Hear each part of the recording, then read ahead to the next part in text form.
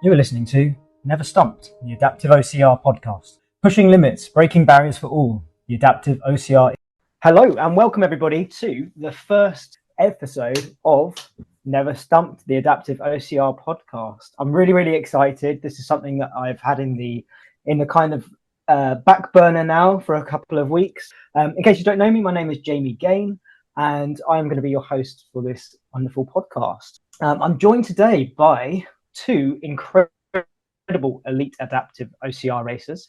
We've got Chris Harris, the beast from the east, and we've got Harry Hendricks, short man. I don't know how else to describe you. In terms of your wonderful performance at Euros, of course, rather than anything else. I will let you guys introduce yourselves. Chris, would you like to go first? Go for it. Yes. Hello, guys. I'm Chris Harris, originally from Colchester, Essex. I'm now everywhere and anywhere. Lincolnshire at the moment. Bologna amputee, adaptive athlete. Recently joined for the last year, I'd say. Competitively now as well, and I really enjoy it. Also for fun. Amazing. Well, thanks for joining us, Chris. And off to you, Harry. Introduce yourself. I'm Harry from the south of England. T6-12-4 spinal fusion with a lower right leg deformity, but still both. That's me. Awesome. I love how you're just like, yep. I'm not an obstacle racer or anything. This is me. Just me. Short man. That's me. Short man. Would you like to explain what the short man means? So in Euros this year, OCR Championships are hosting Italy. We had one of the courses was the short course, and I think due to possibly translation or something, the trophy that I was presented said short man. So I was second place, I believe, short man after Jamie. It was first place short man. So I'm number one short man, number two short. That's right. And Chris, you're just a standard man. Well, no, I actually got a short one as well. I was meant to get a standard. Oh, of course. Yeah, Of course, I was going to get a 100-meter man and a short man, but I'll settle for that. I love that. I love that. I wonder what worlds will be, whether they'll have standard or short or what. I'm sure we can look forward to some more short ones if we can convince you, Harry, to come. Obviously, Chris, you're already. Yep, sign up, ready to go, buzzing. I'm really excited. Amazing. That's really cool. We spoke earlier. I really want you guys to come back on your own individual podcasts, but being the first of the Never Stumped podcast episodes, I wanted to talk about adaptive athletes and adaptive OCR in general. Now, I'm assuming for people that are listening to this that they're already obstacle racers, so they have an understanding of what obstacle racing is, but they might not be fully aware of what it's like to be an adaptive racer. Now, having said that, I'm really conscious that I brought two elite racers on with me. From my perspective, adaptive covers obviously a whole load of. So we often talk about completion and competition adaptive athletes, and it's worth recognizing both of those. So completion adaptive athletes are often those who don't compete either because there aren't the facilities for them to compete at the moment, or they just enjoy completion of obstacles. So, it might be that they're getting themselves around tough mudder courses or Spartan races or any kind of difficulty of races, but their aim of the course is to get round. Time might be something that's important to them, but it's not a competition element. And then we have the competitive racers, which the three of us are, where we are trying to kind of win for medals, win against each other, and compete against people on a level playing field. So it's just worth considering that at the moment that the three of us are primarily competition adaptive athletes, but there are obviously completion adaptive athletes that we'd love to have on them. So I'm going to start off with a big open question about adaptive athletes, and obviously adaptive athletes being someone who has an adaptation or some form of disability, permanent disability. But what does it mean to be an adaptive athlete for you? Chris, do you want to go first? Yeah. For me, it's a mix of emotions. So, I mean, I absolutely love it. I think it's amazing. I mean, just to call myself an adaptive athlete is something that I didn't think I'll ever do. I've always loved the sports and fitness, but I've never really thought of doing anything, competitive wise. So for me, I do generally really love it. It showcases what we can do. We all have different disabilities, means and ways of doing things, but it just shows what we can do, how we can do it, and even when we can do it. We can always push ourselves to the max. I mean, I've been doing it a year and a bit now, and myself, I can feel like I've pushed it quite a lot, to be fair, and I've got a lot more to give. And I'm amazed at myself and what I've been doing as well. So it's just to promote the actual sport in itself, and having a disability to show others, to get them up and out, is just amazing to me. So that's what I think about the whole thing. Amazing. And I mean, you are on top of your game. The amount of training you've been putting in. You know, I'm always seeing your Instagram with you heading down to Ninja Warrior in different centres to try and get that top spot. Yeah. So the good thing is, yes, I had that knee injury, as you know, we all have injuries. So at the moment, I'm only just coming out of that, flourishing from it. You know, as you know, my first 100 meters was in Italy, and I absolutely loved it. It was nerve-wracking, but I absolutely loved it, and I'm always coming for your gold. Yeah, I love that. I love that. Try my best. Yeah, completely. I mean, I want to say you'll get there, but I'm kind of hopeful that you won't. But I want to encourage you. Yeah. You almost You almost had it. He's always you keep me training hard, and I keep you training hard. That's the whole point. Yeah. Yes. I think yes. having the facility for adaptive athletes to compete against one another, you know, what does it mean to you, Harry? Well, I think I first started. I think that's more of completion before. I think a lot of it are probably down to yourself, Jamie, for bringing in more options and adaptations to the courses that we have available already. So before we had those, I was definitely more completion, because there weren't so many adaptations for athletes like us. And since these adaptations have come in and these spaces have come in for adaptive athletes to be able to compete, I've transitioned more into the competitive level.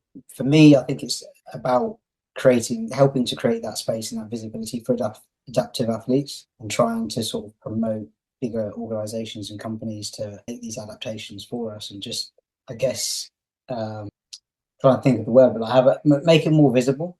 So for me, it's trying to, I guess, help the visibility and the promotion of adaptive athletes to get more people involved in the sport. Because I think it's great having. I think at the moment it's quite. I don't want to say easy, because the competition I have with you and Chris and Dylan and everyone's definitely hard, and it definitely keeps me working. But I think I just want a bit more, perhaps. So I think for me, being an adaptive athlete is trying to get more people involved and sort of put some effort into that visibility of it being a sport that we can all do and is something achievable. If that makes sense. It's tricky, isn't it? I've had this conversation with quite a few people, and a couple of weeks ago, I was on a really good podcast, Accountability Corner. Definitely go and check them out, because we had a really great conversation about adaptive. And I was talking about difference between race director saying, "Hey, this race is really, really hard. Look at us, we're an amazing, really hard race," but actually meaning that not many people go to that race, and then that really, really easy race where it's accessible to all, that people go, "Oh yeah, I can do that," but then brands aren't really doing that. So it's this really strange middle ground where, you know, all of these incredible races need to come across that they're accessible to everybody, but they're also a real challenge. And I think that is the real challenge for able-bodied folks. And then when you talk about adaptive on top of that, there are lots of people out there that say, "Oh, you know, there's no way I could do that." Oh, for sure. So do you think, you know, you had an adaptive athlete that came up to you and said, "Hey, there's no way I could do one of those," you know, and you know this person, you know that they could, or you know, what do you think you could say to them to kind of convince them that they might be able to do it? I even get able-bodied people saying, "Oh, I couldn't do that. I couldn't possibly do that. That's way too hard." And I think I thought that before. So the first race, OCR sort of race I ever did, was a Tough Mudder. And before I did that, I thought even to be eligible for it, you needed to have some sort of like entry requirements, and you couldn't just join it. So I think there is quite a barrier for people, because, like you say, that a lot of these races do put themselves out to be extremely challenging. They've got a lot of pictures of, you know, people who are like well toned and well trained. I think it does put a lot of people off. But as far as like trying to encourage someone who would be an adaptive athlete to join, I think it would just be sort of, I guess, bringing them along to something a bit softer, like a Tough Mudder, just to introduce them to something that's a bit more sort of laid back and a bit more friendly and open, and then I guess encourage them to do the sparse and sort of work their way up through that. Yeah, I agree with that, Harry. Unfortunately, I don't know any people with disabilities. Otherwise, I would actually bring them forward to it, because it's always good to start small and get into it. But I believe that anyone can, even if they say they can't, or at least give it a good shot at least. Yeah, absolutely. Yeah. It's interesting, isn't it? Because I think our perception of difficulty is based off of our own experience. You know, because in some respects, you could argue, okay, the 100-meter course is the easier, because let's say you have a lower leg impairment, then 100-meter as a distance is probably one of the most accessible distances, right? Because you're not on your feet for very long, etc. There's not much explosive power needed, so you could argue that's one of the easiest. However, for the ninjas listening, they'll go, absolutely not. It is that explosiveness, and it is the sort of technical aspect. So, and then we talk about like a Tough Mudder, for example, where in my opinion it's really quite nice and friendly, and the community is great, and all the obstacles are teamwork based, you can go with a team. But then you've got the sort of 10-mile format, which actually is really tricky, so I think, but that's one of the wonderful thing, is that if I think any adaptive athlete would like to take part, is looking at that individual's disability specifically, or ability, and saying, right, based on what you find challenging, I think this race would be suited to you. And that's the power of the community. I definitely agree with you on that. I think things like Tough Mudder, Spartan, they tend to cover sort of longer distances, and I think that can often put people off quite a bit. Because even if you speak to an able person and tell them, I'll just go run a 5K, or whatever, they think that's quite a substantial distance. But I guess for people like us who've trained that's not really a substantial distance for us. And then contrasting that with 100 meters, the distance isn't far, but there's a lot of more sort of technical ability required for that, and speed and sort of explosive power, which again is another put people. I think, like you say, taking someone down to like a relaxed place, like a Tough Mudder course, or like a Ninja Warrior park, and just letting them have a bit of a play and just getting a feel for the sort of course and what's expected. Yeah, I think it's also about the individual as well, because strangely enough, some people have said to me I'm best suited on the 3K, possibly the 100 meters as well. But I tend to, even though I'm not that quick, I tend to love and thrive myself in like the bigger races. I don't know why. So I guess it depends on that individual. If you're not a quick runner, you might be more stronger, or if you're a good runner but not strong, just all depends on them, and also what disability, as well as just getting your toes into this and that. Really, I mean, ninja parks, that's a perfect place to start. I mean, I love them places, and they're everywhere, pretty much every town/city in the UK now, aren't they? So they're great places to start. Yeah, I think the goal is to have kind of a ninja park or some kind of obstacle training centre within an hour of everybody in the UK. Oh wow! Can you imagine? Yeah, look at the I mean, there's nothing near me. Oh, is it? Yeah. No. You've got Ninja Warrior. No, I've got Ninja Warrior, but like in terms of like a OCR training, like sort of PT Barn or Rumble Fitness. Big places, less sort of commercial. There's not a great deal around the south, I don't think. Well, maybe we need to build one, Harry, because we're not too far from it. It has been a thought. Never Stumped. I've been thinking about it. That would be the dream. That would be the dream, to have my own sort of OCR training ground. That would be awesome. I mean, it'd be interesting, actually. I wonder, probably going off topic now, but how much would it take to set up a course? And if you said to 100 people in the area, hey, this is like a community project, let's pay £10 a month, 100 people, and we all own it together and manage it together, that'd be really interesting. But that's a little bit off topic. That's another for another day. For another day. Really. What I was thinking is as we were talking about the longer race distance, it's funny because I started off doing Tough Mudder, right? So it was the most kind of famous obstacle course when I started. Started off in my wheelchair, then went on crutches, then to walking, then to running the courses. And I find it really strange because often on course, if I'm running, I overtake quite a few people, and if I overtake people, they don't really say anything. But as soon as I start walking and I start limping a bit in pain, and people overtake me, I suddenly get all these people going, "Oh, well done! You're an inspiration. You're so amazing." Do you get that a lot? A lot, yeah. Like, I mean, a lot of people run past me a hell of a lot more than you, but I get that a lot. Yeah, I get that a lot. What's your opinion on it? Because I feel like I'm 50-50 for me. It's great. It is great. Seeing it from their point of view, I understand. Personally, I'm just like, because of the sort of person I am, I was like this before my amputation anyway. So I wouldn't really want any praise, but at the same time, because it's something I love doing, I'm doing it because I love it. But so yeah, it's always been a 50-50. I don't mind it really, so it's okay. Plus, to be honest, there's quite a lot of people that have actually said to me in person, the reason they've pushed that bit extra is because they see me either limping around the course or on the course or doing something, and they're like, oh wow, okay, and it just gives them that bit of momentum to get like more forward, which is great. So I'm happy with that.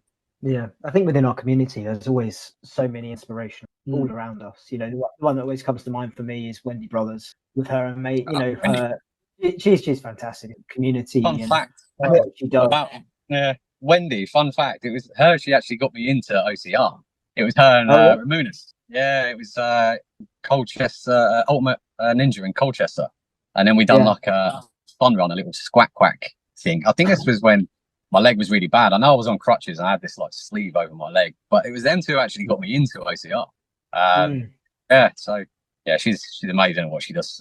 Yeah, absolutely. We need about 1 million of her, I think, all around the country, and then we'd have all of the races and all of the inspiration. It's interesting, isn't it? I think because with the whole people coming up to you in the course and saying, you know, your inspiration, I think people as a society maybe have this idea as to what disabled people can do. And then obviously when you're on a course, they have these misconceptions about what an adaptive athlete can do. And it's funny because I was thinking about kind of writing a post on Instagram the other day, and I was thinking I can run a marathon, but I can't get out of a car if another car is parked too close to me. Or I can do 4 obstacle races in a weekend, but I can't push a shopping trolley round a corner because I find it too like, it's, you know, all these strange things, and it's in context, isn't it? So do you think on course there's anything that anybody would go, oh, you know, an athlete with a disability or an adaptive athlete, they can't do that people are always surprised at? For me, yes. It's also a mentality thing, because a lot of people, well, I say a lot of people, some people, I think they see the disability as, oh, he's got that problem, he clearly can't do this. And when I show that I can, they're amazed. You know, just like another example, I love racing go-karts, and every new place I go in go-karting, they all stare at me and they like mutter, you know, amongst themselves, and I'm thinking, I know what's happening here. They don't think I can ride, and I actually end up being one of the best drivers there. So yeah, it's the way people, or some people, I say, it's the way some people do react, and different disabilities as well, because some disabilities you can see, some you can't. So you can clearly see mine because I'm an amputee, but someone who's worse off than me, they think that I'm worse off, and then they give me more credit, if that makes sense. And I'm just like, well, no, we're all different in our different ways. But yeah, I've noticed a lot of people over the years of being an amputee that it's a mix between people and what they think and what they say. I mean, mostly it is positive, but it's more of like, oh, can he do that? Like, it's kind of question, you know. I don't know if you guys get, I think probably less so on the competitive courses because you can't, but like on the less competitive courses, do you guys ever get people saying, oh, do you want a hand with that? Can I help you? Yes. Constantly asking, and you're like, no, I'm fine. And they're always like, are you sure? And then I do it, and they're like, oh, yeah. How do you guys find? I think that's where it's the difference between like being helpful and then maybe patronizing or kind of. I think there's a fine line. I think as obstacle racers in a non-competitive element, you know, there's a real nature of helping people. And then in that case of, do you want help? No, I'm good, thanks. Are you sure? Then that second question then goes into the signal. I think it's as well before you've even attempted the obstacle. I mean, fair enough if you've given it a couple of attempts and you're struggling, someone asks, I can see they're being helpful. You've just arrived at the obstacle, not even given it an attempt, and I feel like that. I think that's when I find it a bit patronising, perhaps. I don't know how you guys feel. If you're not even attempted it, and I can see that.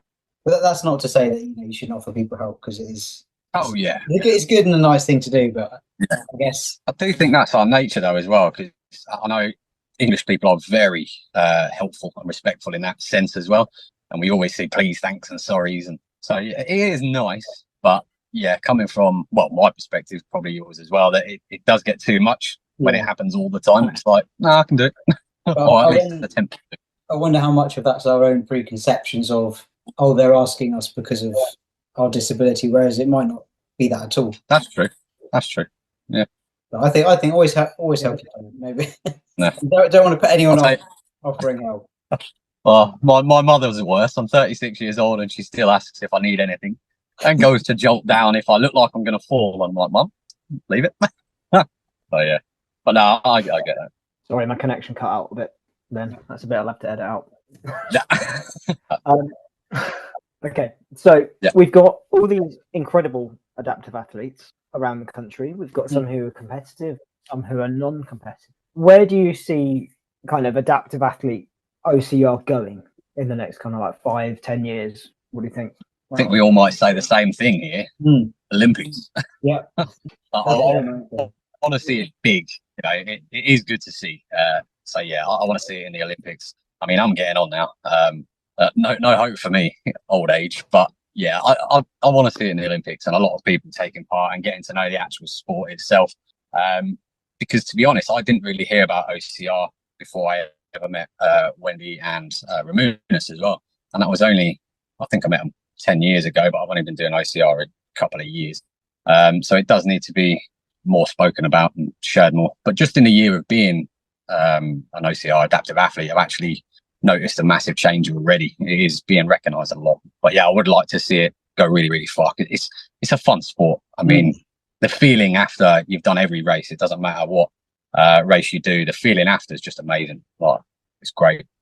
Yeah, I mean, it's come leaps and bounds since I've only started virtually recently, back in 2019, and then of course we had COVID, so that down sort of races for a bit.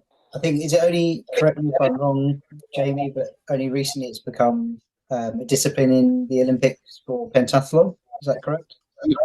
Yes, yeah, that's right. For the Olympics rather than Paralympics. Yes. Yeah, so they're calling it OCR, but technically. I think I'd like to see sort of both sides of it eventually come to the Olympics and the Paralympics, so like 100-meter discipline for OCR. Oh, definitely. And then like maybe like I mean, this is more me because I prefer the sort of shorter ones, but a 3K. But I mean, I could see it doing some more longer distance in the Olympics, but I think sort of a 3K would probably be perhaps the more suitable distance for an Olympic discipline. I don't know. What about you? What's your opinion? Yeah, I mean, I think it's so difficult, isn't it? Because if you think about Olympic sports, you think about Olympic records, world records, etc. And the 100-meter format is fantastic because it's the same every time. But I think that one of the beauties about obstacle racing is it's completely different every time, and the course is different, and there's no standardization. And I worry that if it was to become an Olympic sport, that you'd lose that uniqueness and the challenge. You know, if you said to me, you know, I've done 100 Tough Mudders, and they're fantastic. I think I'm not saying that Tough Mudder isn't a great thing, but you know, I know the course. I know every single obstacle. I can do it with my eyes closed, and I now want that next challenge. You know, and if you said to me, "Hey, you can go and do an Olympic Tough Mudder," I'd probably say, "Not for me," just because I know it so well. Yeah, so I think for me, it would need that uniqueness, and I think obstacle racing will obviously become a point where in 10 years' time, maybe we have seen every obstacle that can exist. But it's the combination and where they are. So I'd absolutely love to see it in the Olympics and eventually Paralympics. But I think, you know, I want adaptive athletes to be competing at every single level, whatever that level is. And I would love to for wheelchair users as well to have some form of competitive element, if they so wish to. When I think, you know, there are wheelchair users out there who really want to compete, but the facilities just aren't there. We've got yet. B wants to compete. Is that correct? Yeah. B's really keen to compete. Yeah, and I've got some stuff in the pipeline for her to be able to compete next year at the British Champs. It's the hope of some kind of team. But it's when you talk about the world of wheelchair users, it's a completely different ballgame. Because I mean, the three of us could be wheelchair users, you know, and we have very different abilities within the three of us. And then you add people who have less movement, less power, different conditions. I think the sport is going to develop hugely. And I think if we can bring in kind of all of the adaptive athletes who are competing in Asia and the Americans, bring them in, and I think we'll kind of be on to a win. It's a big task. It's a big task. So if you could give me about 3 times as much time as I have now, I reckon I could probably do it. Yeah. I think going back to your sort of thing about, you know, bringing people in, I think it's such a difficult thing to bring people into because it's such it's quite hard to describe what we do, I think, to people. Yes. And because it's sort of confusing, they don't really know about it, or if they're skilled already, they've already found their niche somewhere. And it's not something I think people can come into sort of quite easily knowing everything about it, if that makes sense. Yeah. No. I mean, I get asked all the time what OCR is. Obviously, on our tops, British OCR, etc., etc. And people just always say, "Oh, what's that?" And I explain it, and they're like, "Oh, okay." And they still look kind of confused. So I just go into detail. So yeah, I mean, it is getting well known now, but just not. I don't think that quick enough. And unless you try it, you don't really know how amazing it is. To be honest, I mean, I fell in love with it, and I absolutely love it. So in England as well, there's not actually many adaptive athletes, well, that I know of anyway, that want to do this kind of sport. I mean, as you know, you guys, you've been to different places. Okay, great example, the Netherlands, Zandvoort, if I pronounced that properly. Yep. Yeah, there's always different athletes from different countries that are really quick and really fast, but it's never anyone in the UK. So I think other countries have got more better setups and availability towards things, and they've just got a lot more going in different countries. So hopefully it can get like that over here, equipment wise as well as people wise, just getting people into the sport. Yeah, I think OCR racing is developing so rapidly in the UK. If we look at the last 2 years, typical British obstacle racing with really nitty gritty terrain, very, very muddy, very natural terrain obstacles, and it's now becoming more and more technical. I think over in the rest of Europe, they have been quite technical for quite a while. So there's certainly elements that we as people in the UK training might have over other nationalities, but I think we're getting more and more technical and goes on. Yeah, but that's true. I mean, I've not been doing it too long in order to know, but from what I've seen, it is getting a lot more technical. Yeah, and I think the appetite in the UK is changing. People want those technicals. They want that hard kind of really challenging and different options. Yeah. And it's how to bring adaptive athletes into that. So, I think people listening to this, there'll be able-bodied athletes who might have disabled cousin or a brother or someone that they might bring along potentially to a race. What sort of advice would you give to someone who is an adaptive athlete or who has a friend who's a potential adaptive athlete and wants to come along to a race? What would you advise? Oh, just come along, just give it a crack. I always say to people, it doesn't matter how long it takes. Like, if it takes you start in the first wave and you finish with the sweeper, as long as you finish or as long as you give it a crack, that's the main thing. And if it's not for you, it's not for you. But I think just giving it a go is the main. How do you know unless you try? And I thought obstacle course racing was going to be something that I'd never even be able to do, and now I've gone quite to the level that I'm doing. Yeah, you're a good competitor. You're really quick, mate. So it's good to have you two straight away. Just getting into it myself. Well, I'll say just getting into. But yeah, you're really quick. But I'd say the same about what you just said. To be honest, it is about just give it a go. Nothing to lose. If it's something you want to do, you want to try, just try it. Not only that, if it isn't for you, you'll still come away from it feeling great because you've just accomplished it. Whether that be fun or looking into competing eventually. But yeah, just come and give it a go. It's changed my way of eating, training. We all like a nibble on ice cream, isn't that right, Jamie? We all like some bad foods every now and again, but it's kind of. I've always been a nice, fit, healthy person, but it's training in OCR, especially adaptive athlete, knowing that there's upcoming people. It's made me look at my training and eating more, and I just love it. But that's my preference. Could be completely different to someone else, but you don't know unless you don't try. So just always give it a go is what I say. Yeah, it'd be great. But don't be too good. Yeah, don't be too good. we still want to try and make podium. We've only just started. No, it's good to have more competition. I think that's true.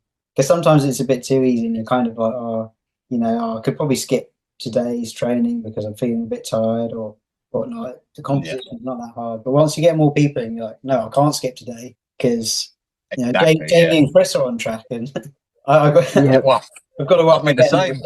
I'm the same. I'm like, right, Harry and Jamie's there. Jamie and Harry. When there's three of us, it's Jamie, Harry. So. Yeah. Just for everyone listening to the podcast, this is Chris. Chris, say hi. Hi.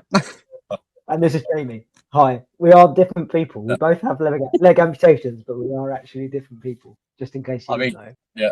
Not only do people think we're the same person, but someone at the Euros actually came up to me while Jamie was next to me and said, hello. As in, hello, Jamie. And I'm like, no, that's Jamie right next to me. Keep saying It happens. T-shirts. Yeah, it happens all the time. I mean, it's a good thing because I'm like, well, looks like I won gold today again and again. So it is a good thing. But yeah. It's funny. I'm Chris. That's Jamie. I love that. Yeah. So we talked about getting people along to the races. Do you think if a racer was interested, an adaptive person was interested in getting involved in racing, would you be happy for those guys to get in touch with you? And if so, how would they do that? Yeah, 100%. You can get in touch with me via Instagram. Half Pint Harry is the name. half_pint_Harry. I think that's my main social, the sort of way to get through to me. I post a lot on there about OCR racing as well, so you can sort of get a feel of what adaptive athletes are like through my page. Chris, don't know about you? Yeah, no, exactly the same with me. And we all know people now who know other people, so you can always get in contact with us and then through other people. But mine would be mainly for Instagram as well, which is Chris_J_Harris, RRS. I always have to tell people double S. Won't give out my phone number or my security number. But yeah, contact any of us, find out about the sport, have a little chat, either in private or we can even meet up. Awesome. Well, I don't really want to stop talking, but unfortunately, we do have to at some point. I think we could stop. We could talk for absolute hours. But thank you so much, guys, for joining me on the first episode of Never Stumped, the Adaptive OCR podcast. Keep your eyes peeled for the next couple of episodes. I'm going to be talking to race directors, fellow other adaptive racers, completion adaptive racers, and maybe even some medical people. Get them on board to talk about all things adaptive OCR. Thanks for joining us, and we'll see you next time. Bye. Thank you, Jamie. Thank you. Bye. Thank you.